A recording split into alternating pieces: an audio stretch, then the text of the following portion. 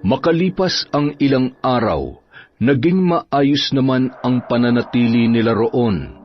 Nagkaroon na rin ng maliit na tindahan si Vilma kung saan mga ihaw-ihaw ang kanilang tinitinda.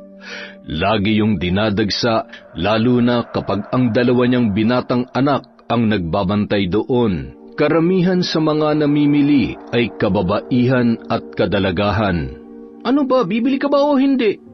Ang sungit mo naman, pero ayos lang, gwapo ka naman eh. Kuya, ikaw, magkano ka? Ay, hindi ako binibenta eh. Pero kung gusto mo, bilhin mo na lang lahat tong isaw ko. May libre kang halik. Ako, bibiling ko lahat yan. Sige, ibabalot ko na ha.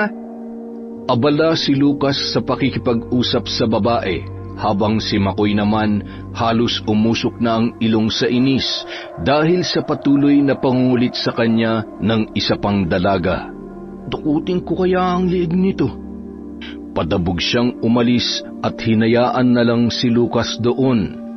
Naglakad-lakad siya upang mabawasan ang pagkairita. Ayaw niya pa naman sa babae yung tipong makukulit. Habang naglalakad, nakarinig siya ng tawanan ng mga kalalakihan. Hindi tawa sa paglalaro, kundi tawa na parabang may pinagtatawanan ang mga ito. At hindi nga siya nagkamali. Naikuyom niya ang kanyang mga kamao nang makita ang kanyang kapatid na si Tristan na nakahandusay sa simento.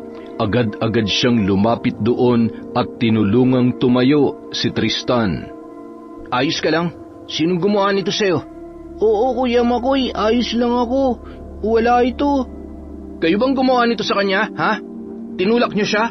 Bakit? Parang harang siya eh. Nakikipaglaro lang ako sa kanila, Kuya. Gusto ko rin kasing matutong mag-basketball, kaya sumali ako sa kanila. Kaya lang tinulak ka nila at pinagtawanan. Hoy kayo, ano ba mga problema nyo, ha? Bakit ginaganito nyo ang kapatid ko? Bakit, kasalanan ba naming lampas siya? Kung lampahin ko kaya yung pagmumukha mo. Lumapit si Makoy sa binatilyo at tinulak ito dahilan ng pagkatumba. Wala man lang pag-aalinlangan sa kanya kung mas bata man ito o hindi. Basta naiinis talaga siya dahil sa ginawa ng mga yun kay Tristan. Samantala, bigla na lang tumakbo ang isa pang binatilyo na parabang may pagsusumbungan. Hindi na lang siya pinansin ni Makoy. Hoy kayo, sa susunod na gawin nyo pa to ulit sa kapatid ko. Ang itulak at layitin, hindi lang yan ang matitikman nyo. Hindi nyo kami kilala, baka magsisilang kayo. At agad na hinatak ni Makoy ang kapatid paalis doon. Pero hindi pa man sila nakakalayo ay may kung sinong tumawag sa pangalan niya, kaya sabay silang napalingon. 4 na lalaki, halos kasing edad lang din ni Makoy. Nilapitan ng isa sa mga ito ang binatilyong itinulak niya. Kapatid pala yun ng bata. Hoy Makoy, ang lakas na loob mo itulak ang kapatid ko ah. At ang lakas din ng loob ng kapatid mo na itulak ang kapatid ko.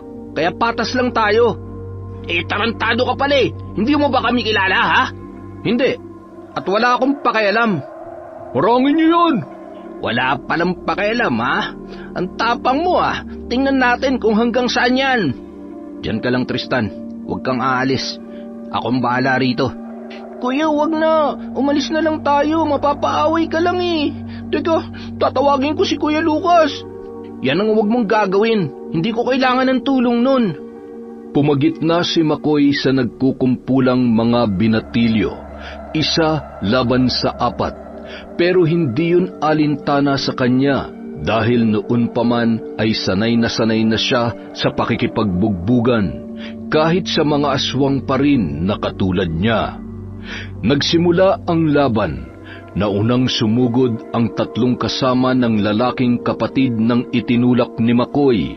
Pinalibutan na sila ng mga taong naroroon at naghihiyawan pa ang ilan. Ang ibang mga kalalakihan naman, imbis na awatin ay nagpustahan pa. Para lang silang nanonood ng mga nagboboxing. Ang pinagkaiba nga lang ay may sipaan at bugbugan talaga. Samantala, si Tristan naman ay hindi maiwasang mag-alala para sa kanyang kuya dahil hindi ito nadedehado kahit 4 pa ang kanyang kalaban. Mahusay talaga si Makoy sa pakikipaglaban, pero gayunpaman ay may mga sugat pa rin siyang natatamo. Nataranta si Tristan sa kung ano ang kanyang gagawin nang makitang napatumba ng mga kaaway si Makoy. Kinuha na itong pagkakataon ng mga lalaki upang pagtulungang sipain ang kanyang kuya Makoy. Dahil doon, hindi na siya nagdalawang isip na tumakbo at humingi ng tulong kay Lucas. Kuya, si Kuya Makoy nakikipag-away. Tulungan natin siya. Ano? Saan yan? Halika na, bilis! Matulin na tinakbo ng magkapatid ang kinaroroonan ni Makoy at nakatayo na ito nang sila ay dumating. Suntok dito, suntok doon ang ginagawa ng kanilang kapatid. Agad-agad na lumapit si Lucas at inawat si Makoy, pero siya ang pinagbalingan nito at sinuntok sa muka. Susugod na naman sana si Makoy, ngunit isang suntok rin ang pinakawalan ni Lucas sa kanya na parabang siya ay binawian. Umalis ka nga rito, huwag ka makialam. Masyado sila mayabang. Minamaliit nila si Tristan. Kapatid natin yan. Yan bang gusto mong matutunan ni Tristan? Ang gumantit makipag-away? Tumigil ka na, Makoy. Umuwi na tayo. Nagbulungan ang mga tao na parabang mga bubuyog na hindi maintindihan kung ano ang mga sinasabi.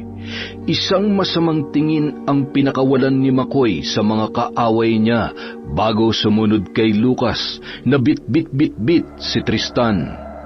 Pagdating sa bahay, Huwag po kayong magalit kina kuya. Ako po talaga ang dahilan kung bakit sila napaaway. Pasensya na po, itay. 3 linggo pa lang tayo rito, ganyan na agad ang ipinakita ninyo? Hindi ba't kabilin-bilinan ko na huwag kayong gagawa ng anumang gulo na ikapapahamak nyo? Lalo na ng pamilya natin? Pero ano to, ha? Makoy, yung hilig mo sa pakikipag-away, sana iniwan mo na pag alis natin dun sa tribo. Hindi yung dinala mo pa rito. Kung ganyan ka ng ganyan, pwede ka mawala ng kontrol sa sarili mo at malalaman nilang hindi nila dapat malaman. Hindi naman ako tanga para hayaan mangyari yun, tay. Saka ba't pa sa akin lang kayo nagagalit? Nandun din naman si Lucas. Sinuntok niya pa nga ako eh. Hoy, ikaw ang unang sumuntok sa akin. Inawat lang kita. Kasalanan ko ba na humarang ka doon kaya kita tinamaan? Pakialamero ka kasi. Hindi ko naman kailangan ng tulong mo. Makoy, ano ka ba? Kapatid mo pa rin si Lucas. Kuya mo siya at dapat ginagalang mo ang kuya mo. Ayoko nang mauulit to, Makoy, ha? Hanggat maaari umiwas ka sa gulo, pakiusap lang. Nandito tayo para magbagong buhay. Kahit iba tayo sa kanila, sana naman makisama tayo. Kayo na parang kauri nila. Nakikiusap ako sa inyo, mga anak. Lucas, Tristan, Makoy, maaari ba yon?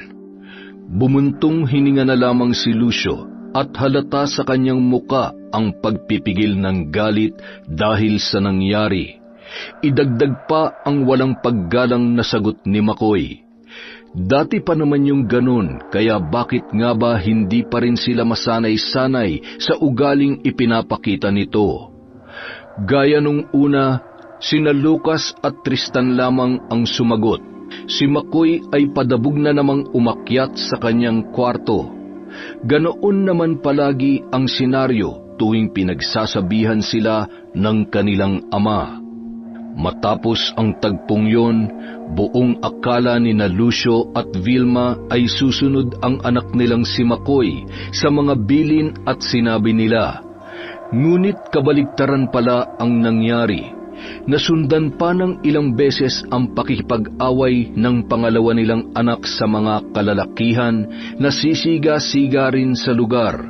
Nagkaroon pa siya ng mga kakampi o barkada kung tawagin, kung saan sila ang mga kasama niya sa pakikipagbugbugan. Naging siga at kilala ito sa nilipatan nilang baryo. Si Tristan naman, Sa edad na 14 ay nakapag-aral na rin sa wakas. May mga sinagutan lang siyang pagsusulit para makapunta siya sa grade level na nararapat para sa edad niya. At kung suswertehin nga naman ay nakapasa siya sa tulong na rin ng anak ng isa sa mga kapitbahay nila. Si Janice, kaedaran lang din ni Tristan. Matalino ito at nangunguna sa klase, kaya siya ang nagtuturo kay Tristan bago ito kumuha ng pagsusulit. Naging malapit sila sa isa't isa. Si Lucas naman nagkaroon na rin ng trabaho bilang construction worker. Isa yun sa mga trabaho na pwede niyang pasukan dahil hindi naman siya nakapagtapos ng pag-aaral. Ang mag-asawang Lucio at Vilma naman ay nagpatuloy lang sa pagtitinda ng mga ihaw-ihaw. May nagsusuplay sa kanila ng kanilang mga ititinda. Namuhay ang pamilya ng payapa at nakisalamuha ng maayos sa ibang tao. Sa tuwing inaatake naman sila ng pagiging aswang ay hindi na yun problema dahil nag-aalaga sila ng mga hayop na maaari nilang kainin anumang oras. Paminsan-minsan naman nagtutungo sila sa kagubatan at doon nang bibiktima ng mga ligaw na hayop. Mga bagong damit? Para sa akin ba talaga to, Kuya Makoy? Oo naman, sa iyo lahat yan. Basta mag-aral ka mabuti, ha? Huwag kang gumaya sa akin, lalo na dyan sa isang mong kapatid. San mo namang kinuha yung pinambili mo niyan? Ano bang pakialam mo? Bakit? Porke ikaw yung may trabaho, ikaw lang may pera? Hindi yun ang pinupunto ko, Makoy. Wala ka naman trabaho o pinagkakakitaan, kaya saan mo nakuha ang perang binili mo ng mga damit na yan? Ano bang ibig mo sabihin, ha? Diretsuhin mo na nga ako? Ano, magnanakaw ako? Ikaw na nagsabi niyan. Ang yabang mo, Ano bang gusto mo? Mga kuya, huwag na po kayo mag-aaway. Kuya Lucas, huwag niyo na pong pagbintangan si Kuya Makoy. Salamat dito, Kuya Makoy, ha? Kita mo, palibhasa wala ka lang maibigay. Nagtagal pa sila ng ilang buwan doon hanggang sa mangyari ang isang bagay na hindi inaasahan. Tahimik na kumakain ang pamilya ni Lucio nang bigla na lang magkagulo at magtakbuhan ang mga kababaryo nila sa labas. Naintriga sila kaya't sabay-sabay silang lumabas maliban kay Makoy na tuloy lang sa pagkain na parang walang pakialam sa anumang nangyayari. Agad na hinarang ni Lucio ang isang lalaki na tumatakbo rin. Anong meron? Bakit kayo nagtatakbuhan? May mga armadong lalaki na bigla na lang dumating. May mga baril at may mga itak sila. Pinapatay nila ang mga naaabutan nila kaya tumakbo na rin kayo. Bilisan nyo! Hindi na ito nagpapigil kay Lucio at tumakbo na ulit para iligtas ang kanyang buhay. Natanaw naman nila ang mga armadong lalaki na sinasabi ng kanyang nakausap. Pumapatay nga ang mga ito ng walang pakundangan. Papalapit na ang mga yon sa kanyang kinaroroonan. Mabilis na kinuha ni Lucio ang mga gamit niya sa loob. Isang bag na itim lang ang dala niya at mga importanteng gamit ang laman noon na hindi maaaring maiwan. Halina kayo, umalis na tayo rito. Ano pang ginagawa mo dyan, Makoy? Halika na. Na naman? Aalis na naman? Hindi ba kayo nagsasawang umalis sa tuwing may kaguluhan? Makoy anak, makinig ka naman sa amin. Hindi ito ang oras para pag-usapan natin yan. Halika na, umalis na tayo. Mapapahamak tayo rito. Bakit ba kasi kailangan nating umalis kung pwede naman tayong lumaban? Hindi tayo mahihina gaya ng mga taong duwag na nagtatakbuhan ngayon. Oo nga pala, nakalimutan ko. Duwag nga rin pala kayo dahil tinatakasan nyo lang ang mga laban na pwede namang harapin. Paglingon ni Lucas sa mga armadong lalaki, papalapit na ito ng papalapit sa kanila. Ang totoo ay gusto niya na ring lumaban gaya ng sinasabi ni Makoy. Nais niyang pigilan ng mga yun sa walang awang pagpatay sa mga inosenteng tao. Pero kapag ginawa niya yun ay baka mapahamak lamang sila, ang kanyang buong pamilya. May hawak na baril ang mga kalalakihan. Kahit aswang sila ay wala silang laban sa armas na yun. Ang kakayahan lang nila bilang mga aswang ay mabilis na pagkilos, matalas na pang-amoy, karagdagang lakas sa tuwing nagbabagong anyo. Ngunit kapag nasa anyong tao sila ay para lang din silang ordinaryong tao. Kaya kung lalabanan nila ang mga armadong lalaki ay kailangan niya pang magbagong anyo na hindi niya rin kayang gawin sa harap ng maraming tao, lalo na sa napakaliwanag na sikat ng araw, dahil mas madali nila yung nagagawa tuwing gabi. Kuya, makinig ka naman kila inay. Sumama ka na sa amin. Kung hindi, mapapahamak tayo dito. Ay, sige na nga. Si Tristan lang palang katapat mo eh. Sama-sama silang tumakbo papaalis doon. Karuwagan man para sa kanila, lalo na kay McCoy na tumakas. Kung maaari naman silang lumaban, ay wala naman silang magagawa. Tiyak na mas mapapahamak lamang sila kapag hinarap nila ang mga yun. Ngunit kung mamalasin nga naman, dahil sa dami ng mga taong nagtatakbuhan, idagdag pa ang mga armadong lalaki na humarang sa daraanan nila. Mayroon sa harap, mayroon din sa likod, kaya lalong nagkagulo ang mga tao. Ay, buwisit talaga. Ano ba kasing kailangan ng mga gagong yan? Ba't sila nanggugulo dito? Dito tayo, bilisan nyo. Teka, nasaan si Tristan? Tristan? Anak? Lucio, nasaan si Tristan? Hindi ba't hawak mo siya kanina? Nagbabadya ng lumuha si Vilma. Hindi niya napansin na wala na ang kanyang bunsong anak dahil sa sobrang taranta at baka sila ay maabutan at mapatay ng mga kalalakihan. Nawawala si Tristan. Anak ng teteng naman oh. Bakit nyo hinayaan na humiwalay sa inyo si Tristan? Mga wala talaga kayong silbi. Saan ka pupunta, McCoy? Bumalik ka rito. Hahanapin ko ang kapatid ko. McCoy, sandali! Ako na po, tay. Tutulong ako kay McCoy sa paghahanap kay Tristan. Mauna na kayo ni inay. Susunod po kami, pangako yan. Mag-iingat kayo mga anak. Hihintayin namin kayo doon sa may burol sa dulo ng baryong ito. Doon tayo magkita-kita, ha? Opo, inay. Babalik kami kasama si Tristan. At tuluyan na ngang umalis si Lucas.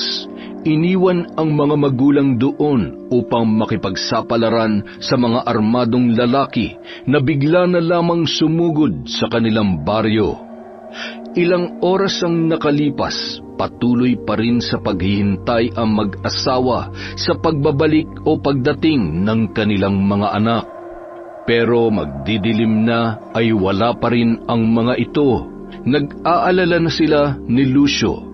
Baka kasi kung ano na ang nangyari sa 3 nilang anak. Makalipas ang ilang oras, humupa na rin ang putukan ng baril at hiyawan ng mga tao na halos rinig na sa kabilang baryo. Indikasyon yon na wala na ang mga armadong lalaki na nanggugulo sa kanila. Nagkita-kita na rin ang bawat pamilya na nagkahiwalay dahil sa kaguluhan. Bakas sa kanila ang takot, ngunit nangingibabaw ang saya. Pero sina Lucas, McCoy at Tristan, ang 3 anak ni Lucio at Vilma ay wala pa rin. Hindi pa sila nakakabalik hanggang ngayon. Nasaan na bang mga anak natin, Lucio? Bakit wala pa sila? Ano nangyari? Hindi ko alam, Vilma, pero magtiwala ka. Kilala ko mga anak natin. Sigurado ko naligtas sila. Lumipas pa ang ilang araw, linggo, buwan at umabot na ng taon. 2 taon na ang nakalipas mula nang mawalay sa mag-asawa ang kanilang mga anak. Bumalik sila sa baryo at inayos ang mga nasira at muling nagpatuloy sa kanilang buhay. Naghihintay pa rin sa pagbabalik ng kanilang mga anak at hindi maiwasang mag-alala, lalong higit sa bunsong si Tristan. Sina Lucas at McCoy kasi ay malalaki na, kaya kaya na nila ang kanilang sarili. Ngunit kahit nag-aalala ang mag-asawa, umaasa pa rin sila na buhay ang kanilang mga anak. Sana ligtas at nasa maayos kayong kalagayan, mga anak ko. Naghihintay pa rin kami sa inyo. Nandito lang kami ng tatay niyo at umaasang makakasama pa namin kayong muli. Tibayan mo ang loob mo. Makikita pa natin sila. Huwag tayong mawawala ng pag-asa. Kumusta pala ang lakad mo? May nakakita ba sa kanila? Wala pa nga rin eh. Pero hindi ako susuko, Vilma. Hindi tayo susuko hanggang sa makita natin sila. Pero paano kung... Ayoko mang isipin, pero paano nga kung tama yung sinasabi ng iba na wala ng mga anak natin? Na napahamak sila noong mismong araw na yun. Eh di sana may nakita tayong bangkay nila, hindi ba? Pero wala, Vilma. Ibig sabihin, malaki ang posibilidad na buhay pa sila.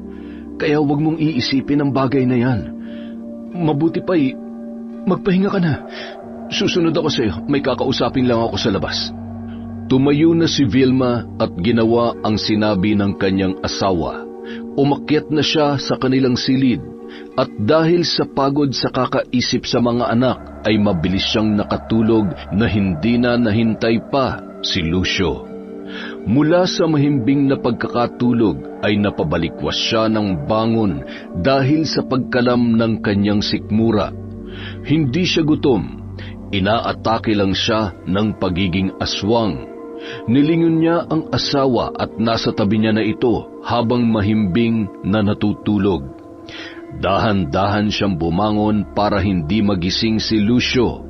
Lumapit siya sa nakaawang nilang bintana at mula doon ay kitang-kita niya ang pabilog na buwan. Malamang sa susunod na 2 o 3 araw ay magiging ganap na ang kabilugan noon. Maya-maya pa, nagbagong anyo si Vilma bilang aswang. Napunit ang kanyang damit sa bandang likod dahil lumabas ang kanyang pakpak. Bahagyang humaba ang kanyang mga kuko sa kamay at medyo naging kulubot ang kanyang balat.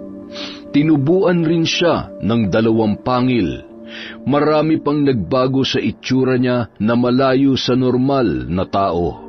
Matapos ang kanyang pagbabagong anyo ay kusa siyang tumalon mula sa loob ng bintana. Nagpalingon-lingon siya sa paligid nang makababa na parang tinitingnan kung may tao bang makakakita sa kanya. At nang masigurong wala ay saka siya nagpatuloy. Ginamit niya ang may kalakihang pakpak upang lumipad sa himpapawid, pero hindi naman yun kataasan. Tumungo siya sa kakahuyan, dumapo sa sanga ng isang malaking puno at nag-abang ng maaari niyang biktimahin, hanggang sa makatanaw siya ng isang ligaw na pusa. Mabilis niyang tinungo yun upang hulihin, ngunit mailap ang pusa at agad itong nakatakbo. Kitang-kita ang ngiti sa kanyang muka dahil malilibang siya sa panghuhuli sa naturang pusa. Ilang saglit lamang ay hawak niya na yon sa kanyang kamay. Gusto mo pa akong pahirapan, ha? Mukha kang masarap. At hindi nga nagdalawang isip si Vilma at nilantakan agad ang kawawang pusa. Rinig pa ang paglagutok ng mga buto noon dahil sa pagkagigil niya na makain ang naturang nilalang. Habang abala si Vilma sa paglantak sa laman loob ng kawawang hayop, ay nakarinig siya ng mga tawanan. Tila mga kalalakihan na nagsasaya. Napatigil siya dahil doon. Malapit lamang ang pinagmumulan ng tawanang yon sa kanyang kinaroroonan. This oras na ng gabi may mga tao pa rin dito sa kagubatan. Dahil sa kuryosidad, naisipan niyang sundan ang mga tinig na kanyang narinig. Maingat siya sa bawat hakbang dahil ayaw niyang makalikha ng ingay na aagaw ng atensyon ng mga nagtatawanan. Nang tuluyan na siyang makarating doon ay nanlaki ang kanyang mga mata sa kanyang nasilayan. Mga kalalakihan at kung hindi siya nagkakamali ay mga aswang rin ito kagaya niya. Base sa itsura ng iba na nasa anyong aswang pa habang ang iba ay anyong normal na tao naman. Nagtago siya sa likod ng isang malaking puno kung saan malinaw niyang natatanaw ang mga kalalakihan. Pinapagitnaan ng mga ito ang dalawang babae na parehong nakahandusay sa damuhan. Kapwa hubot-hubad, ngunit parehong butas na ang dibdib. Ginahasa pagkatapos ay pinatay. Ang katawan ng isang babae ay duguan at hindi mo na maipinta ang itsura nito. Habang ang isa naman ay warak na rin ang tiyan at dibdib. Dinukot ang puso at hinalungkat ang laman loob. Kailan ba ulit tayo susugod? Nahihinip na ako. Ayoko ng paisa-isa, gusto ko yung maramihan. Huwag ka nga magmadali dyan. Hintayin natin ang utos ni Pinuno. Hindi tayo pwedeng basta-basta na lang kumilos. Malapit na nating gawin yan. Kaunting tiis na lang. Ano pa nang gagawin natin sa mga babaeng to? Ano pa, di tatapon. Busog na ako kaya hindi ko nalalapain yan. Kung dalhin na lang natin sa kuta. Tsak pagkakaguluhan yan doon. Bahala kayo, pero kayo magdala ha? Hindi maintindihan ni Vilma kung ano ang ibig sabihin ng mga lalaki, pero wala na siyang balak na magtagal pa doon. Kailangan niya nang umalis bago pa siya makita ng mga ito. Dahan-dahan siyang umalis upang hindi lumikha ng ingay. Kailangan niyang makabalik agad at sabihin ang mga nakita niya kay Lucio. May kutob siya na may hindi magandang mangyayari sa darating na mga araw. Ilang saglit pa ay nakauwi na siya sa bahay.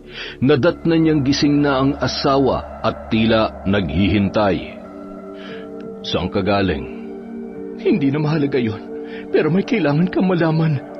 Kanina, habang nambibiktima ako ng ligaw na hayop, may mga nakita kong lalaki. Mga aswang rin sila.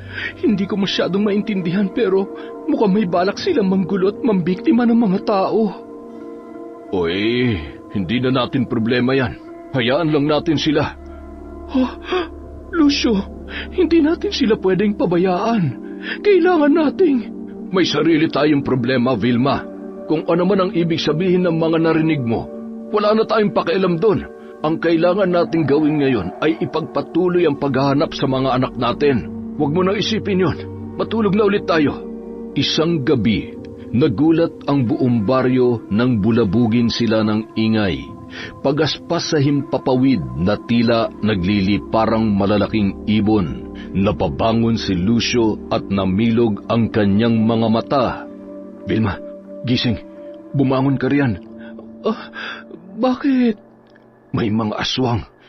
Umaatake na sila. Mabilis na napabalikwas ng bangon si Vilma at tumakbo palapit sa bintana at sumilip doon. Kitang-kita ng kanyang dalawang mga mata kung paano tumagos ang kamay ng isang aswang sa dibdib ng isang ginang na naging dahilan ng pagbagsak nito. Lumingon siya sa kabilang direksyon at halos ganoon rin ang tagpo. Nagtatakbuhan na ang ilang mga tao para iligtas ang kanilang sarili, habang ang iba namang aswang ay pilit na binubutas ang bubong ng bawat bahay para makapasok. Rinig na mag-asawa ang bawat sigaw, hinagpis at takot ng kanilang mga kabaryo. Tulungan natin sila, Lucio. Kailangan nila ng tulong. Kapag ginawa natin yun, posibleng tayo naman na mapahamak at balingan nila. Kahit mga aswang din tayo gaya nila, hindi malabong patayin rin nila tayo kapag nakialam tayo. Anong gagawin natin? Manahimik rito habang pinapanood kung paano paslangin ang mga kauri natin ang mga inosenteng tao na yan? Hindi ko yan kaya, Lucio. Pero kailangan. Kesa naman madamay tayo at lalong hindi makita ang mga anak natin. Yun ba ang gusto mong mangyari, Vilma? Ha? Kailangan nating umalis. Na naman? Tatakas na naman, Lucio. Alam mo, tama ang sinabi ni Makoy. Bakit kailangan nating tumakas kung pwede naman tayong lumaban? Paulit-ulit na lang ba tayong tatakas kung may kakayahan naman tayong harapin sila? Ayoko na ng ganito, Lucio. Minsan na tayo naging duwag at yung isa sa mga minsan na yon ang naging dahilan kung bakit nawalay sa atin ang mga anak natin at hanggang ngayon hindi na natin sila makita at makasama. Dahil yun sa pagiging duwag natin at kagustuhang makatakas. Ayoko na maulit yon, Lucio. Di bali na mapahamak ako. Ang mahalaga'y ginawa ko ang tingin kong tama at tumulong ako sa mga tao. Hindi nakapagsalita si Lucio. Aminado siya na tama ang kanyang asawa. Naging duwag nga sila, lalong-lalo na siya. Siya ang padre de pamilya at siya dapat ang nagtuturo kung paano maging malakas at matapang ang kanyang mga anak. Ngunit kabaligtaran ang nangyari. Naging mahina siya sa kagustuhang wag silang mapahamak at madamay sa anumang gulo. Kaya naman sa pagkakataong ito, mukhang natauhan na siya sa mga sinabi ng kanyang asawa. Humugot siya ng malalim na hininga at nagwika, "Sige, tutulong tayo." Napangiti ang kanyang asawa at pagkuway sabay silang nagpalit-anyo bilang mga aswang. Kabilugan na ng buwan at napakaliwanag nito. Noong una ay napagkamalan pa silang kakampi ng mga aswang na umaatake, ngunit nang magsimula silang pumatay ay doon na napagtanto ng mga aswang na hindi sila kakampi kundi kalaban. Hinarap nila ang mga ito at pinipigilan ang bawat aswang na nagtatangkang pumatay ng tao. Medyo nahirapan ang mag-asawa dahil dadalawa lamang sila at marami ang mga sumusugod sa kanila. Ang hindi nila alam, ang mag-asawa ang isa sa pinakamalupit na mandirigma sa kanilang tribo. Bakit ba kayo nakikialam dito?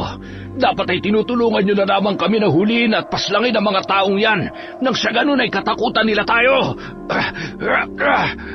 Para sa pansarili niyong kagustuhan, hindi namin hahayaan yun. Kaya umalis na kayo dito at tigilan ang panggugulo. Masyado ka naman yatang matapang. Sino ka ba sa akala mo para pigilan kami, ha?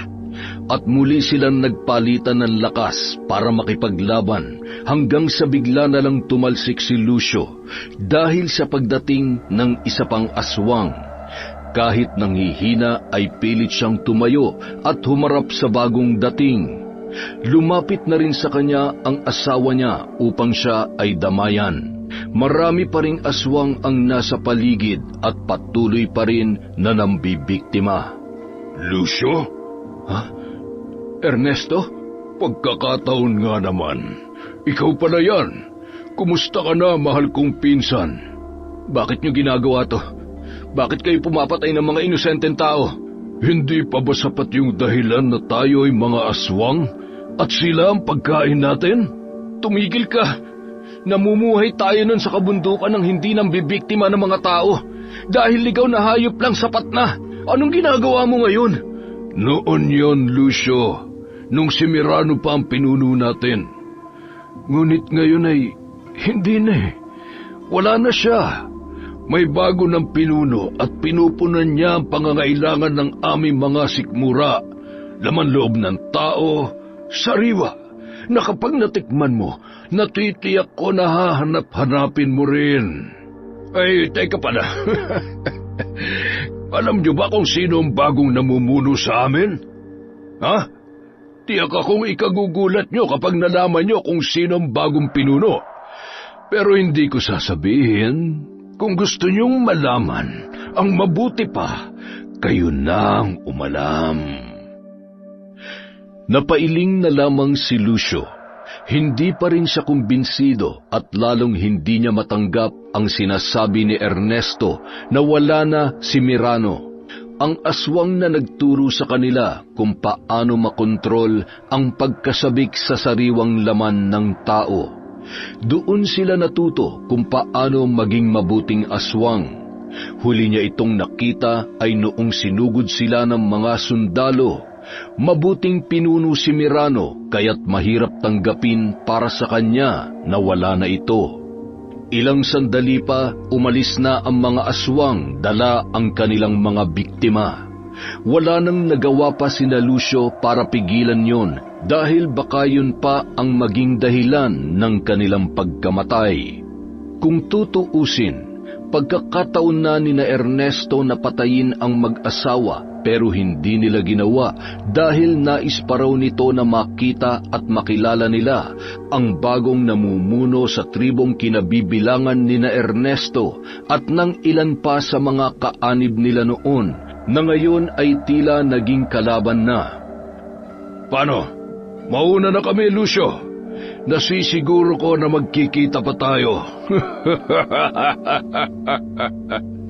Makalipas ang isang araw, sunod-sunod na katok sa pinto ang nagpatigil sa usapan ng mag-asawa. Nang buksan ito ni Lucio ay bumungad sa kanya ang pamilyar na muka. Si Saldo, ang dati nilang kaanib na malapit sa kanila. Agad itong pumasok sa loob na parang may pinagtataguan sa labas. Umupo ito sa tapat ng lamesa. Anong kailangan mo, Saldo? Bakit ka nandito? Nakita rin kita kahapon na kasama si Ernesto. Kakampi ka na nila, kaya ibig sabihin ay kalaban ka namin. Hindi ako nandito para manggulo. At oo, inaamin ko kasama nila ako. Pero tumiwarag na ako sa grupong yun. Ayoko ng ginagawa nila. Nandito ako para makianib sa inyo kung papayag kayo. Nagkatinginan ang mag-asawa. May pag-aalinlangan man, ngunit may tiwala naman sila kay Saldo. Alam nilang mabait talaga ito at mapagkakatiwalaan. May kailangan pala kayong malaman. Ayoko man tong sabihin pero dapat nyo malaman ang totoo. Ano ba yan, Saldo? Diretsahin mo na kami. Tsaka, sino ba yung tinutukoy ni Ernesto? Kasama ka sa grupo nila, kaya sigurado ko na alam mo kung sino siya. Yun na nga ang sadya ko rito. Yun talagang sasabihin ko na importanteng malaman ninyo. Magsalita ka na. Kanina mo pa sinasabi yan. Sino ba talaga yung sinasabi niya? Kasi, paano kung ang bagong namumuno ngayon sa mga aswang na sumugod rito ay isa sa 3 ninyong anak? Anong? Hindi kita maintindihan. Hindi ako naniniwala dyan. Hindi yan totoo. Bakit mo sinasabi to, Saldo? Pinaglalaroan mo ba kami? Alam mo bang matagal na namin hindi nakakasama ang mga anak namin, tapos sasabihin mo pa yan? Na ang namumuno sa inyo ay isa sa 3 naming anak? Bakit mo to ginagawa? Ano bang gusto mo mangyari, ha? Nagsasabi ako ng totoo. Alam kong mahirap para sa inyo, pero yun ang katotohanan. Kung ganun ay, sino sa kanila? Sino sa mga anak namin ang tinutukoy mo? Ang bagong pinuno ng mga aswang na sumasalakay sa mga tao ay walang iba kundi si Makoy. Hindi yan totoo. Nagsisinungaling ka. Hindi yan magagawa ni Makoy. Hindi yun ang anak namin. Hindi ko anak yun. Hindi siya ganun kasama para gawin niya ang mga bagay na ginagawa ng masamang pinuno. Batid ni Vilma na may pagkabasagulero talaga ang anak niyang si Makoy at mahilig sa away.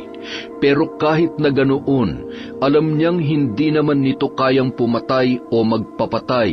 Hanggang away at bugbugan lamang ang ginagawa nito. Kilala niya ang kanyang anak at hindi siya maniniwala hanggat hindi niya nakakausap o nakikita yon ng harapan. Paano siya naging pinuno ng mga aswang? Nagtatag ba siya ng grupo para maging kaanib niya? Paano yun nangyari?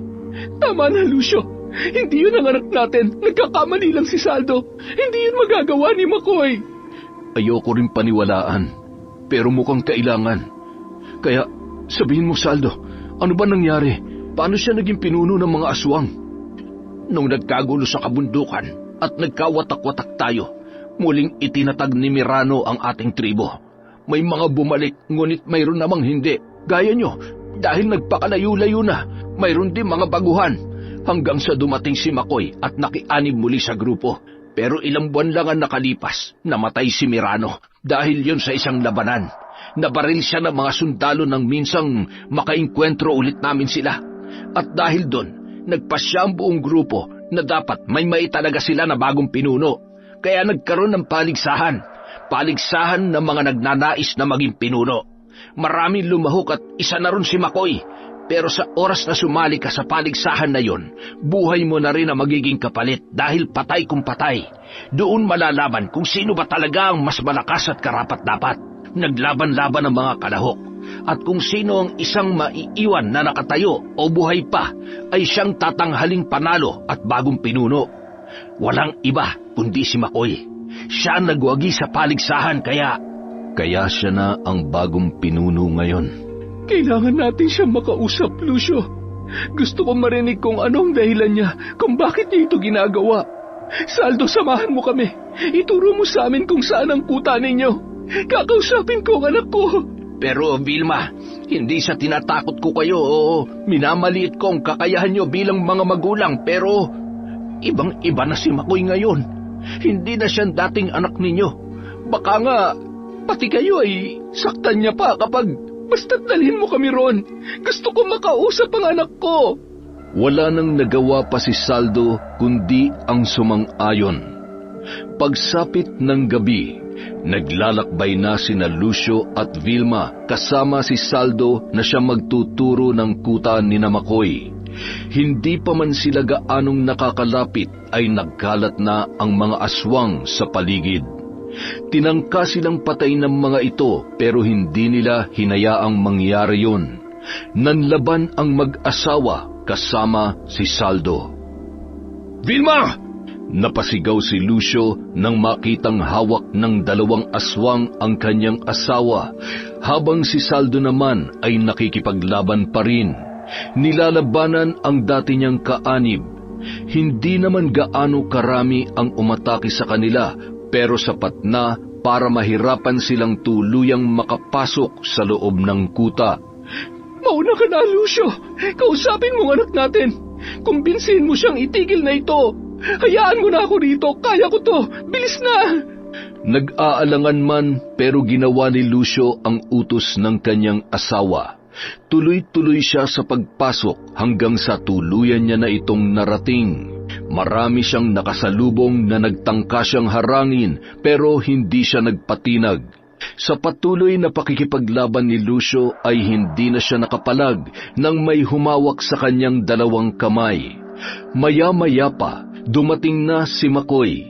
Magkahalong emosyon ang naramdaman ni Lucio nang muling makita ang kanyang anak. Tuwa, galit at pagkadismaya. Makoy, anak, ang lakas naman ng loob mo na magpunta rito at nagsama ka pa ng traidor. Umalis na kayo bago pa ako magdesisyon na ipapatay kayo sa mga tauhan ko.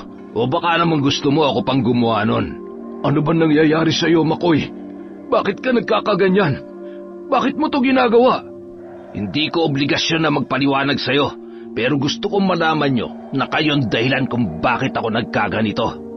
Hindi maintindihan ni Lucio ang sinasabi ng kanyang anak. Nagpatuloy pa siya sa pangungumbinsi at pagbabaka sakali na mapagbabago niya ang isip nito. Ngunit siya ay nagkamali. Ang usapan na yon ay nauwi sa labanan. Labanan na tila hindi sila mag-ama. Habang nagpapalitan ng lakas at suntok, doon na pagtanto ni Lucio na ibang-iba na nga ang kanyang anak na si Makoy. Tila tuluyan na ngang nawala rito ang pagiging tao. Kung pagmamasdan mo ang kanyang mga mata ay punong-puno ito ng galit at pagkamuhi sa hindi niya malaman na dahilan. Kung noon ay sinasagot lamang siya ng kanyang anak, ngayon ay kinakalaban na siya nito at handa na siyang patayin. Matanda ka na.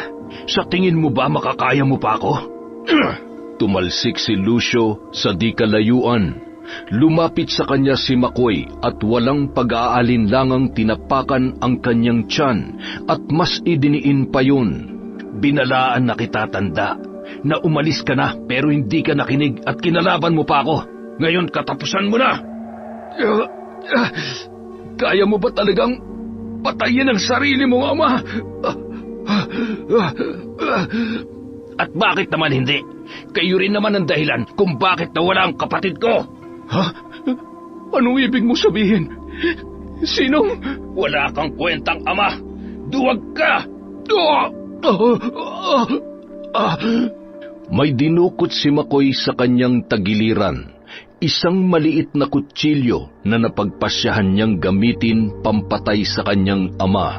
Lumuhod siya at akmang itatarak yon ng isang sigaw ang nagpatigil sa kanya. Lalong nandilim ang kanyang paningin nang makita kung sino yon. Si Lucas. Nasa likod nito ang kanilang ina na si Vilma na puno ng pakikiusap ang mga mata, na huwag niya nang ituloy kung anuman ang kanyang binabalak. Itigil mo na to, Makoy! Pakawalan mo na si Itay, nakikiusap ako! Pakakawalan ko siya kapalit ng pag-alis nyo sa teritoryo ko, at wag na kayong babalik. Payag ako, basta't pakawalan mo lamang si Itay. Lucas, kakausapin kong kapatid mo. Makoy, anak, mag-usap tayo. Pag-usapan natin to. Wala nang dapat pag-usapan, at hindi ko kayo kailangan, kaya umalis na kayo. Inay, makinig ka naman. Buhay ni Itay ang nakasalalay dito. Pwede pa natin siyang kausapin sa mga susunod na araw. Sa oras na bumalik kayo rito, hindi na ako magdadalawang isip na patayin kayong tatlo. Palalagpasin ko ang ginawa niyong ito, pero sa susunod na makita ko pa kayo, pasensyahan na lang tayo. Tumalikod na lamang ito at tuluyan ng umalis, na sinundan naman agad ng mga tauhan niya. Balak pa sana siyang habulin ni Vilma, pero agad na pumalag si Lucas. Nilisan nila ang lugar na yon, bagamat may pag-aalinlangan, dahil hindi man lamang nila nakumbinsi si Makoy. Kahit papaano ay gumaan ang loob ng mag-asawa dahil muli nilang nakasama ang panganay nilang anak. Wala pa rin itong pinagbago, may respeto at paggalang pa rin sa kanila. Sa kilos at pananalita ay ganoon pa rin si Lucas. Ngunit ang kagalakan na yon ay biglang napawi nang ipagtapat ni Lucas na wala na si Tristan. Ikinuwento niya ang nangyari. Noon palang araw na nagkagulo sa baryo nila ay nahiwalay sa kanila si Tristan, na agad namang hinanap ni Makoy na sinundan niya. Natagpuan nilang umiiyak at nagpupumiglas si Tristan dahil hawak ito ng isang armadong lalaki. Ginawang hostage para hindi sila makalapit. Pero dahil sadyang matigas ang ulo ni Makoy at malaki ang tiwala sa sarili, lumapit pa rin siya, kaya hindi nagdalawang isip ang armadong lalaki na saksakin sa tagiliran ang kanilang kapatid. Natumba ito at agad na naging pula ang kulay puting damit dahil sa kanyang dugo. Sa galit ni Makoy ay mas inuna niyang sugurin ang sumaksak sa kapatid, at dahil sa labis na galit ay hindi na nakapalagpa ang armadong lalaki. Dumating ang ilan sa mga kasamahan ng lalaki, kaya tumulong na rin si Lucas bago pa makalapit sa kapatid na duguan. Nilabanan po namin ang mga armadong lalaki. Natalo na namin yon, kaya lamang paglingon namin kay Tristan, wala na po siya doon. Hanggang sa isang armadong lalaki ulit ang lumapit at sinabing itinapon niya ang katawan ni Tristan sa rumaragasang ilog habang nakikipaglaban kami sa mga kasama niya. Nagwala po si Makoy nun, kaya binugbog niya ang lalaking yun at hindi niya natinigilan kahit wala ng buhay. Pagkatapos ay bigla na lang pong umalis si Makoy. Sinubukan ko siyang sundan pero masyado po siyang mabilis, kaya hindi ko na siya inabutan. Pumunta ako sa ilog na sinasabi ng lalaki. Malapit lang doon yung ilog na yon. At yun lang naman ang ilog doon sa baryo, kaya sigurado ako na doon itinapon ng lalaki ang katawan ng kapatid namin. Hinanap ko po si Tristan, kaya hindi na ako nakabalik. Ayaw kong bumalik na hindi siya kasama, kahit katawan man lamang niya na wala ng buhay. Pero nabigo po ako, Inay, Itay, lumipas po ang panahon na hindi ko siya nakita. Nahihiya po akong bumalik sa inyo, kaya namuhay na lamang ako mag-isa. Hindi ko kasi kayang humarap na pagkatapos ng mga nangyari, hindi ko maibabalik dito ang mga kapatid ko, at lalong hindi ko masabi yung tungkol sa nangyari kay Tristan. Makalipas nga ang 1 taon, habang kumakain ako sa isang karinderya, tila may nakita akong figura na kahubog po ni Tristan. Tinangka ko yung lapitan, ngunit agad siyang nawala dahil sa dami ng tao. Nabuhayan ako ng loob nun sa pag-aakalang buhay pa siya, kaya pinasok ko ang kuta nila Makoy. Matagal ko na ring alam na siya na ang pinuno ng mga aswang. Sinubukan ko siyang kausapin pero wala po akong nagawa. Tapos nung pumunta kayo ron, nakita ko kayo, kaya sumunod ako sa inyo. At nakita ko na lang nakikipaglaban na kayo sa mga aswang. Kung ganun, maaaring buhay pa si Tristan kung nakita mo siya. May pag-asa pa na buhay siya. Hindi po ako sigurado pero sana nga siya yung nakita ko. Huwag muna tayo masyadong umasa. Dahil base sa kwento mo, malabong makaligtas si Tristan sa nangyari sa kanya. Pero manalig pa rin tayo na sana nga ay buhay pa siya. Sa ngayon, masaya akong nakasama ka na ulit namin, anak. Maligayang pagbabalik, Lucas. Salamat po, Itay. Masaya rin po akong makasama kayo ulit. Huwag po kayong mag-alala. Kung sakaling buhay nga si Tristan, hindi tayo titigil hanggat hindi natin siya nakikita. Nagkasama ng muli sina Lucio, Vilma at Lucas. Pero si Tristan ay hindi pa rin nila makita. Kung saan-saan na nila ito hinanap pero bigo pa rin sila. Samantala, si Makoy naman ay nagpatuloy ang masasamang gawain. Marami ng tao ang namamatay at nadadamay. Ang iba sa mga yon ay naging kaanib at ginawang katulad nila. Niyanggaw, yun lang naman ang paraan upang maging aswang ang isang tao. Hindi lang sa baryo kung saan naninirahan sila Lucio sila ng bibiktima. Dumadayo rin sila sa mga kalapit na baryo kung saan sa isa sa mga yun ay nakatira ang matandang mag-asawa na kumupkop sa bunso nilang kapatid. Napasama ang mag-asawang yun sa mga napatay ng mga tauhan ni Makoy, kaya muli na namang naiwan mag-isa si Tristan. Pero hindi siya naghiganti, bagkus ay lumipat sa ibang lugar kung saan tahimik at maaari niyang ipagpatuloy ang kanyang pag-aaral.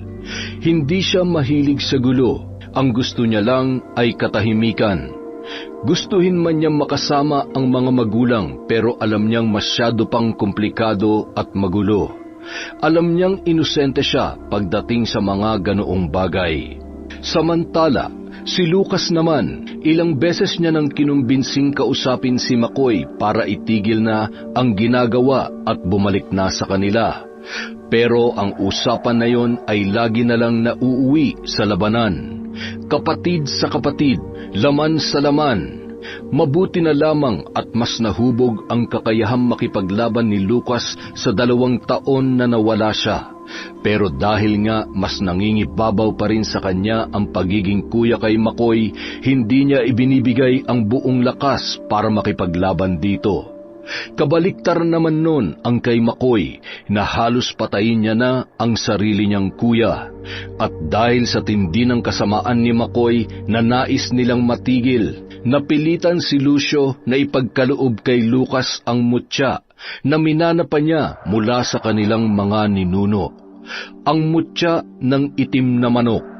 Bagamat may kapalit ang pagkakaroon ng mutyang yon ay hindi na alintana sa kanila dahil sobra-sobra na ang kasamaan ni Makoy at dapat na itong mapigilan. Nawalan na rin sila ng pag-asa na magbabago pa ito. Ilang beses na nila itong tinangkang kausapin at pilitin na magbago at bumalik sa kanila para makapagsimula ulit, pero matigas talaga ang puso ni Makoy. Handa ka na ba, anak? Pwede ka pang umatras kung nais mo, at ako na lang ang gagawa at magsasakripisyo. Buo na po ang desisyon ko, Itay. Ako ang haharap kay Makoy. Ano man ang maging kapalit ng pagkakaroon ko ng mutya, handa ko pong harapin yon. Ayokong pagsisihan mo ito balang araw, anak. Batid mo na malaki ang magiging kapalit nito. Huwag na po tayo magtalo tungkol dito, Tay. Hindi po tayo dapat nagsasayang ng oras dahil bawat pagtakbo nito, may mga taong namamatay. Kung talagang buo na ang desisyon mo, Simulan na natin. Pumwesto ng maayos si Lucio kung saan may guhit na bilog sa lupa at doon siya umupo sa gitna. Nag-usal ng dasal na hindi maintindihan ni Lucas. Maya-maya lang lumitaw bigla sa kanilang harapan ang isang purong itim na manok na tumutuka-tuka pa sa lupa. Agad na umalis si Lucio sa gitna ng bilog at binuhat ang manok sa kahinimas-himas. Hindi na nagulat si Lucas. Noon pa man ay alam niya na ang tungkol sa mutya ng itim na manok. Ngayon nga lang ipinakita yun sa kanya ng kanyang ama. Ano po ang gagawin natin para mapunta sa akin ang mutya ng itim na manok, Tay? Sugatan mo ang sarili mo at ipainom mo ang dugo mo sa manok na ito. Pagkatapos nun ay mangingitlog siya at ang itlog na yon ay kailangan mong saluhin. Hindi ito maaaring malaglag sa lupa o mahawakan ng iba dahil mawawalan yon ng bisa. Pagkalabas ng itlog ay kailangan mong lunukin agad bago pa yun tumigas. Bibigyan ka rito ng angking lakas at kapangyarihan. Pero bago pa man tuluyang mapisa sa iyo ang mutya ng itim na manok, kailangan mo munang makipagkasundo sa itim na libro ng demonyo. Kapalit din noon ay ang pagkanulo mo sa kanya ng iyong kaluluwa. Ayoko sana mangyari sa iyo yon, pero kailangan natin magsakripisyo. Nakahanda po ako, Itay. Gagawin ko po ito para pigilan si Makoy sa mga kasamaan niya. Sige, ihanda mo ang iyong sarili. Agad nilang sinimulan ng ritual. Ginawa ni Lucas ang mga sinabi ng ama sa kung paano magkakaroon ng bisa ang mutya. Bigla na lang siyang nangisay at humandusay sa lupa matapos maorasyonan ni Lucio ang librong itim. Hindi na nagulat ang matanda. Hinayaan niya na lamang na magkaganoon ng anak dahil parte yun ng ritual na ginagawa nila. Isa lang kasi ang ibig sabihin ng pangingisay ni Lucas. Pumapayag ang kampo ng kasamaan na makipagkasundo sa kanila. Ilang saglit pa, nagising na rin si Lucas kaya doon na lumapit si Lucio upang siya ay kumustahin. Anong nararamdaman mo? Mayroon bang kakaiba sa katawan mo? Pakiramdam ko po, parang ang lakas ko. Nararamdaman ko rin ang pagdaloy ng dugo sa katawan ko. Bakit po ganito, Itay? Normal lang po ba ito? Nagtagumpay tayo, anak. Huwag ka mag-alala. Normal lang kung ano man ang mga nararamdaman mo. Parte yan ng pagkakaroon mo ng mutya. Kung ganon, nagtagumpay tayo sa ginawa natin? Tagumpay. At sana'y magtagumpay rin tayo sa pagpuksa sa kasamaan ni Makoy. Isang gabi, nagtipon-tipon sila para sa plano na gagawing paglusob sa kampo ni Makoy. Naroon sina Lucio, Vilma, Lucas at si Saldo na tuluyan ng umanib sa kanila.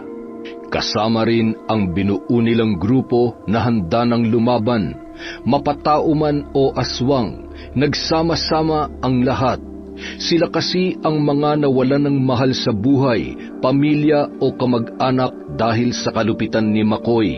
Kaya handa silang sumama at lumaban para magapi ang grupong binuo nito. Kami ng aking asawa kasama si Saldo ang bahalang humarap sa mga aswang na dati nating kaanib. Susubukan namin silang kumbinsihin na hindi namin nagawa nitong mga nakaraan, na itigil na nila ang mga masasamang ginagawa nila at wag na magpaalipin sa pinuno nila. At kayo naman, Mario, bumuo rin kayo ng grupo.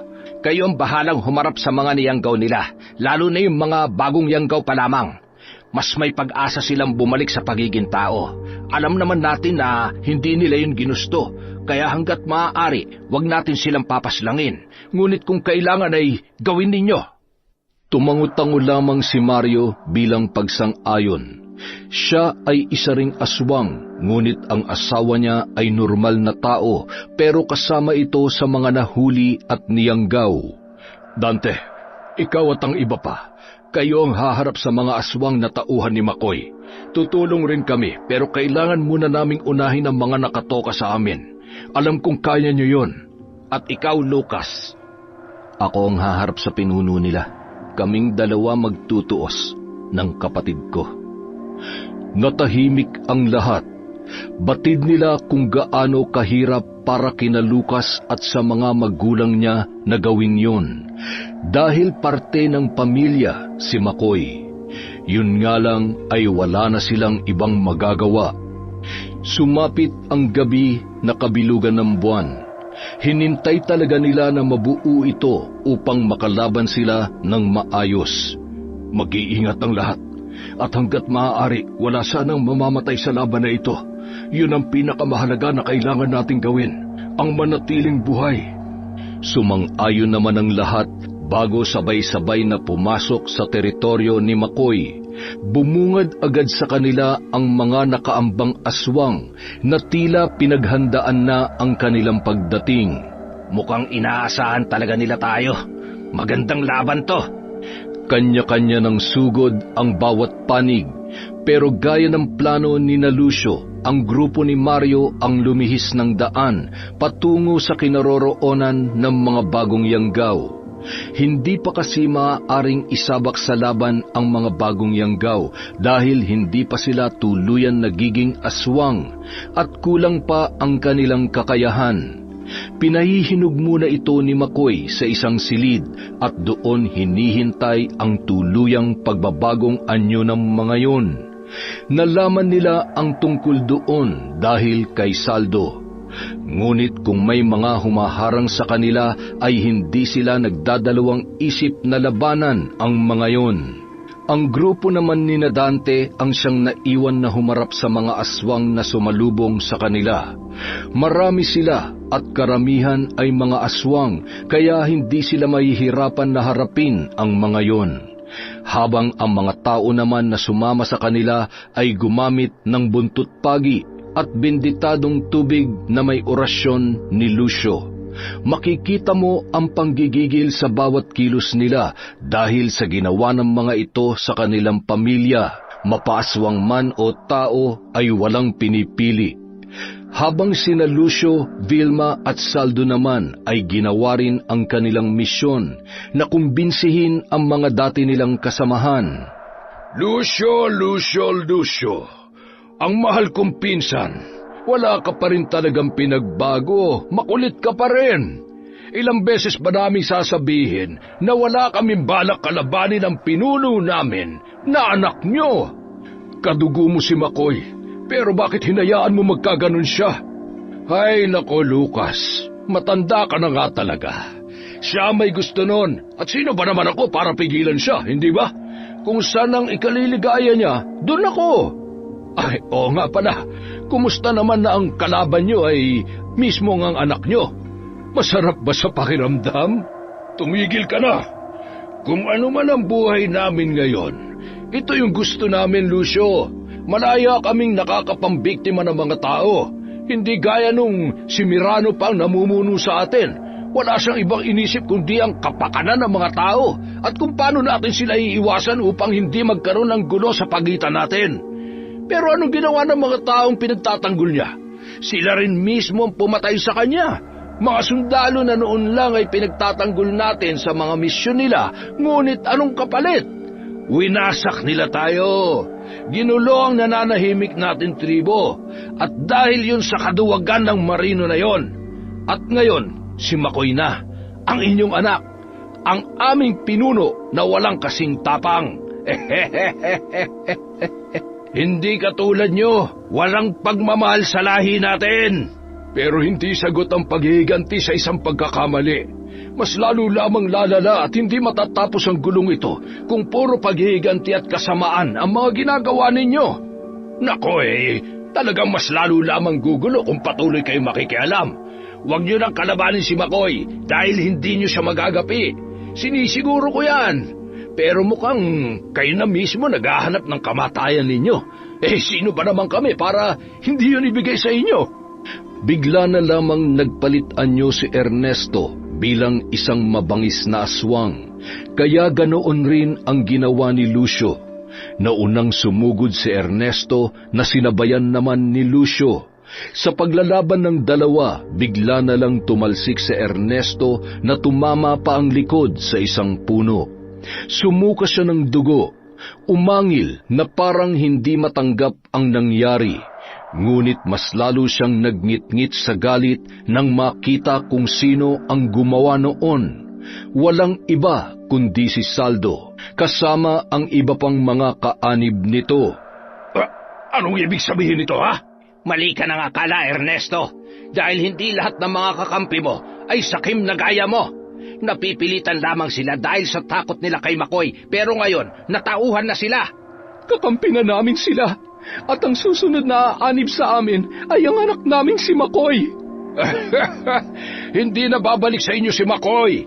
Ayaw niya sa mga mahihinang nilalang na kagaya ninyo.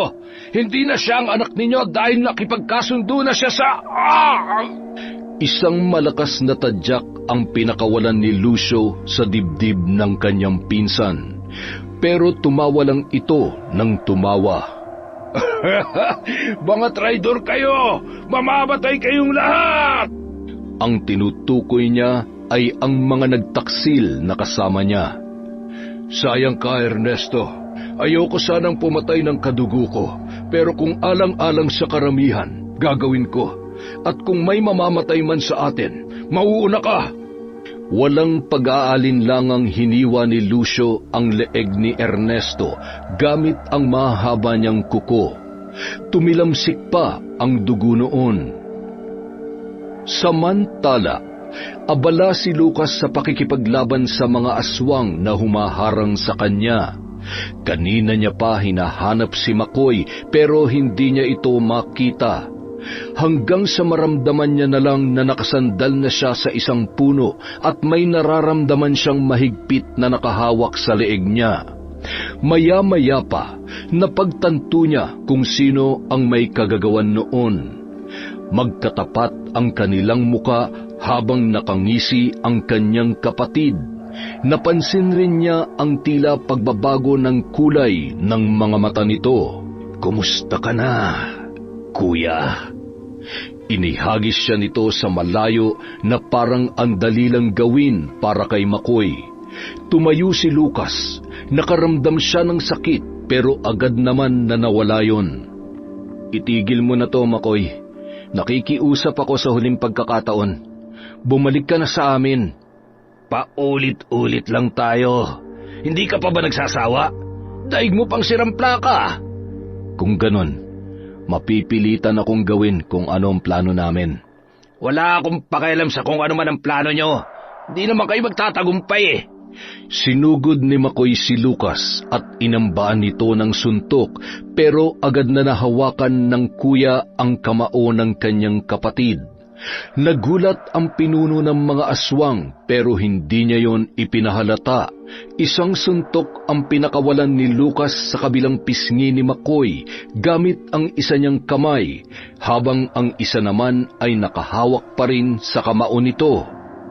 Magpapakawala pa sana ng isa pang suntok si Lucas pero agad na siyang naitulak ni Makoy gamit din ang isa niya pang kamay. Pareho silang tumalsik ngunit walang natumba. Nananatili silang nakatayo. Aba, lumakas ka yata. Ano naman ang ginawa mo para maging ganyang kalakas? Nagpalakas ka para matalo mo ako, ha? Hindi lang kita basta tatalunin, Makoy. Alam mo kung anong gagawin ko? Papatayin ka para matigil ng kasamaan mo. Yun ay kung kaya mong gawin. Nagpatuloy na sa labanan ng dalawa. Kapatid laban sa kapatid. Lakas laban sa lakas. Walang gusto magpatalo dahil buhay nila ang magiging kapalit oras na mangyari yon. Malalakas ang bawat suntok at kapag may tatalsik ay nag-iiwan yun ng bakas sa binagsakan na lupa. Hawak ni Makoy ang leeg ni Lucas, habang si Lucas naman ay nakatapat ang isang braso sa leeg ni Makoy. Ngayon, alam ko na kung saan nanggagaling ang lakas mo. Ginamit niyo ang mutya ng itim na manok. Matagal ko nang hinihingi yun kay Itay, pero ayaw niya yung ipagkaloob sa akin.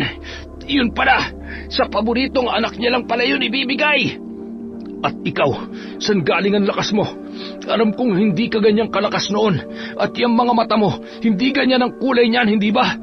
Anong ginawa mo? Gusto mo malaman? Nakipagkasundo lang naman ako sa Diablo na bigyan ako ng kakaibang lakas na wala sa pangkaraniwang tao o maging saswang para tuluyan ko na kayong mapatay at masakop ko ang buong bayan na ito. Hangal ka talaga, Makoy. Wala ka ng ibang inisip kundi ang sarili mo. Malakas na tinulak ni Lucas ang kanyang kapatid papalayo, dahilan ng kanilang paghihiwalay. Nagpalit ng anyo si Makoy bilang aswang. Bahagyang lumaki ang katawan niya at tinubuan ng maliliit na balahibo sa braso. At ang mga mata niya, imbis na maging pula na normal na kulay na mata ng aswang, ay naging itim na parang sa demonyo. Hindi na rin siya tinubuan ng pakpak. Naggulat si Lucas, hindi ganoon ang wangis ni Makoy sa tuwing nagbabagong anyo ito. Mukhang totoo nga yata na nakipagkasundo siya sa Diablo na naging dahilan kung bakit nag-iba ang kanyang itsura. Pero hindi pa rin siya nagpatinag. Nagpalit siya ng anyo, ngunit ganun pa rin sa dati. Walang pagbabago. Pero ramdam niya ang lakas na mayroon sa kanyang loob. Hindi nga lang niya sigurado kung mas malakas siya kay Makoy dahil kahit na may mutya siya ay nahihirapan pa rin siyang kalabanin ang kanyang kapatid. Hindi niya maitatanggi na malaki nga ang pinagbago ni Makoy, hindi lamang sa ugali, maging sa lakas at kakayahan din. Ito na ang katapusan mo, Lucas! Sagabal ka talaga kahit kailan! Ikaw ang matatapos, Makoy, dahil sumusobra ka na. Kahit kapatid kita, tatapusin ko ang buhay mo alang-alang sa karamihan. Ikaw ang uunahin ko. Magsasama-sama kayo ng mga magulang mo dahil pare-pareho kayong walang kwenta. Bakas na bakas ang galit sa mukha ng pinuno ng mga aswang. Nagngingit-ngit ang kanyang mga ngipin. Gustong-gusto niyang patayin si Lucas pero nahihirapan siyang gawin dahil sa taglay nitong mutya. At ganoon din naman ang kanyang kapatid. Pareho silang may kakaibang lakas na galing sa demonyo. Pero ayaw niya nang patagalin pa ang laban na yun. Kailangan niya na yung tapusin sa lalong madaling panahon. Samantala, Kuya, tumigil kayo! Kuya Lucas! Kuya Makoy! Tumigil kayong dalawa, pakiusap! Bakit kayo naglalaban? Bakit niyo to ginagawa? Pakiusap, tumigil na kayo, mga kuya! Itigil niyo na to! Huwag kayong maglaban! hindi siya napapansin ng dalawa dahil abala sila na labanan ang isa't isa. Kahit ano pang sigaw at pakiusap niya ay tila bingi ang mga ito na hindi siya naririnig. Napaluhod na lang siya sa lupa habang pinagmamasdan kung paano magpatayan ang dalawa niyang kapatid. Hindi niya inaasahan na masasaksihan niya ang pangyayaring yon. Nang hihina na si Tristan, ayaw niyang makakita ng ganoon. Ayaw niyang makakita ng mga naglalaban at nagpapatayan, lalo na kung parehong mahalaga sa kanya ang dalawa. Kaya siya napunta roon dahil may nakapagsabi sa kanya na magkakaroon ng matinding labanan sa pagitan ng kanyang mga kapatid at umaasa siya na mapipigilan niya ang isang karumal-dumal na pangyayari. Namilog ang kanyang mga mata nang makita kung paano bumuelo ang Kuya Makoy niya sa pag-atake sa kanyang Kuya Lucas, habang nahihirapan ito sa pagtayo. May hawak rin itong malaki at matulis na bakal at tila yun ang gagamitin sa pagsugod. Alam niya na kapag tumama yun sa kanyang Kuya Lucas ay maaari niya itong ikamatay. Katapusan mo na! Kuya, wag! Sa bilis ng pangyayari ay namalayan niya na lamang na nakahandusay na siya sa lupa at sumusuka ng dugo. Sakalang bumalik sa kanya ang ginawa kanina. Nang makita niyang hahampasin ni Makoy si Lucas habang hirap ito sa pagtayo, ay saka siya mabilis na tumakbo at iniharang ang kanyang sarili, kaya sa likod niya tumama ang malakas na puwersa na binuo ni McCoy na para sana kay Lucas. Naging dahilan yon ng paglabas ng mga pulang likido sa kanyang bibig.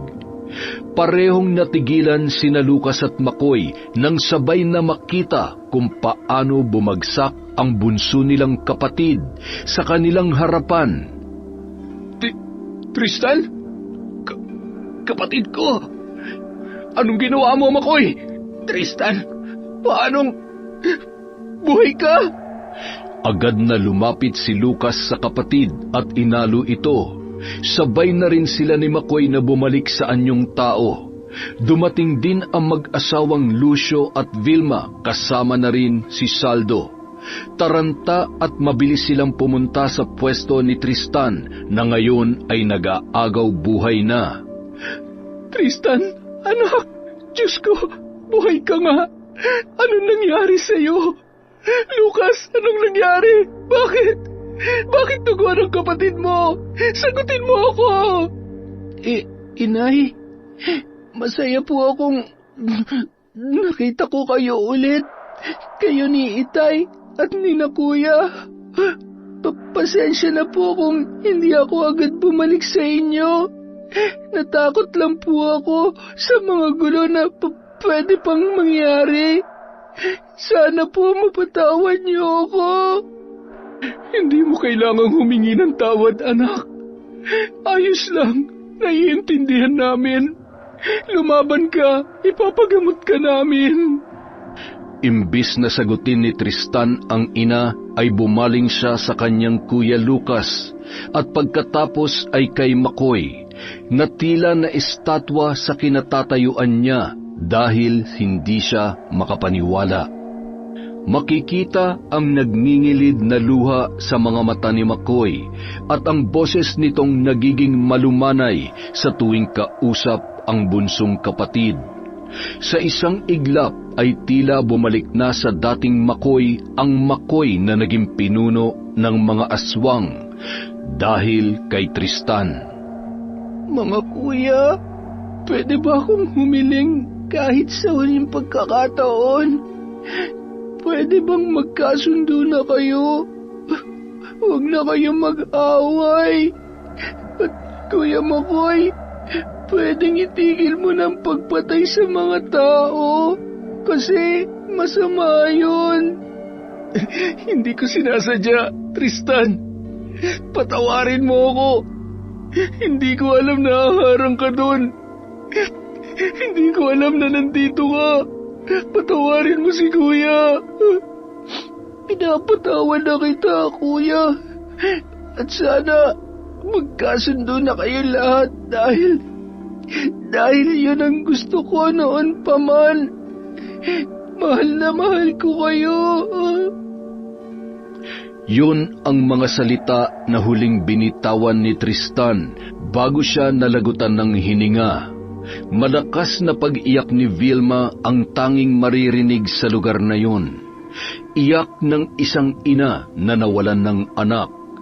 Natigil na rin ang labanan at nakianod na lang ang mga natira sa kaganapang nangyayari sa pamilyang yon. Kasalanan mo to, McCoy. Ilang beses ko nang sinabi sa iyo noon na nakita kong buhay si Tristan pero hindi ka naniwala. Kung nakinig ka lang sana sa akin, hindi ka naging pinuno ng mga aswang at hindi ito mangyayari kaya kasalanan mo. Sana ikaw na lang ang namatay. Hindi ko sinasadya. Tama na, Lucas. Walang mangyayari kung magsisisihan tayo rito. Hindi niyan maibabalik ang buhay ng kapatid ninyo. Hindi mo ba narinig kung ano mga hiniling niya bago siya nawala? Gusto niya magkasundo kayong dalawa, tayong lahat. Hindi ba natin yun magagawa para sa kanya? Natahimik si Lucas at hindi na sumagot. Masakit para sa kanila ang pangyayaring yun. Kung kailan naman nakita na nila si Tristan ay saka pa ito binawian ng buhay. Bahagyang lumayo si McCoy habang nakasabunot sa kanyang buhok. Hindi niya matanggap kung ano ang nangyari. Hindi niya rin akalain na siya ang makakapatay sa pinakamamahal niyang kapatid. Hindi ko sinasadya. Patawarin niyo ako. Tristan, patawarin mo si Kuya. Yan ang paulit-ulit na lumalabas sa kanyang bibig.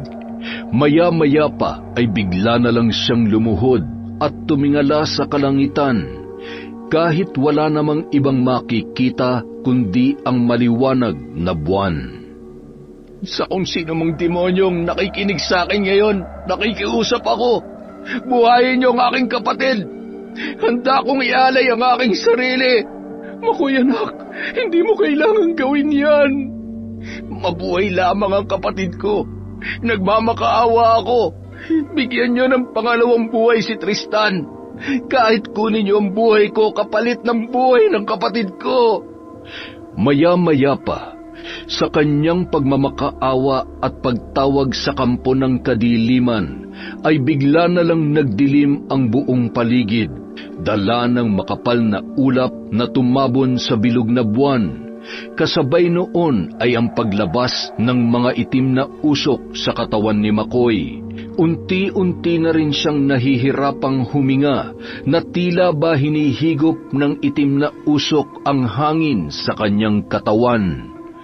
Bumaling siya sa kinaroroonan ng mga magulang at kanyang kapatid, sabay ngumiti. Inay, Itay, Kuya. Sa unang pagkakataon, tinawag niyang kuya si Lucas. Patawarin niyo ako sa mga nagawa ko.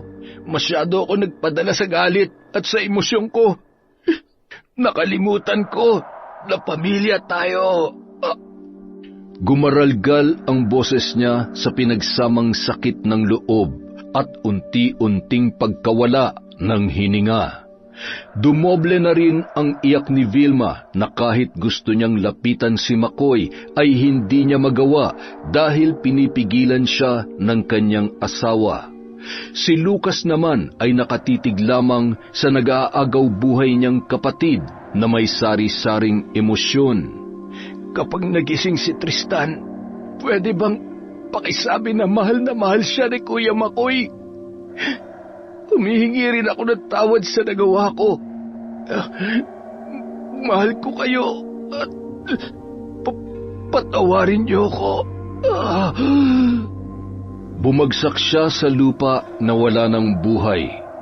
Tila natuyot rin ang katawan niya dahil sa hangin na nawala na hinigop ng itim na usok. Kasabay ng pagbagsak niya ay siya ring pagmulat ng mga mata ni Tristan. Agad-agad siyang niyakap ni Vilma at muling humagulgol. Sa kabila ng mga nagawa mo, ikinararangal kong naging anak kita, Makoy.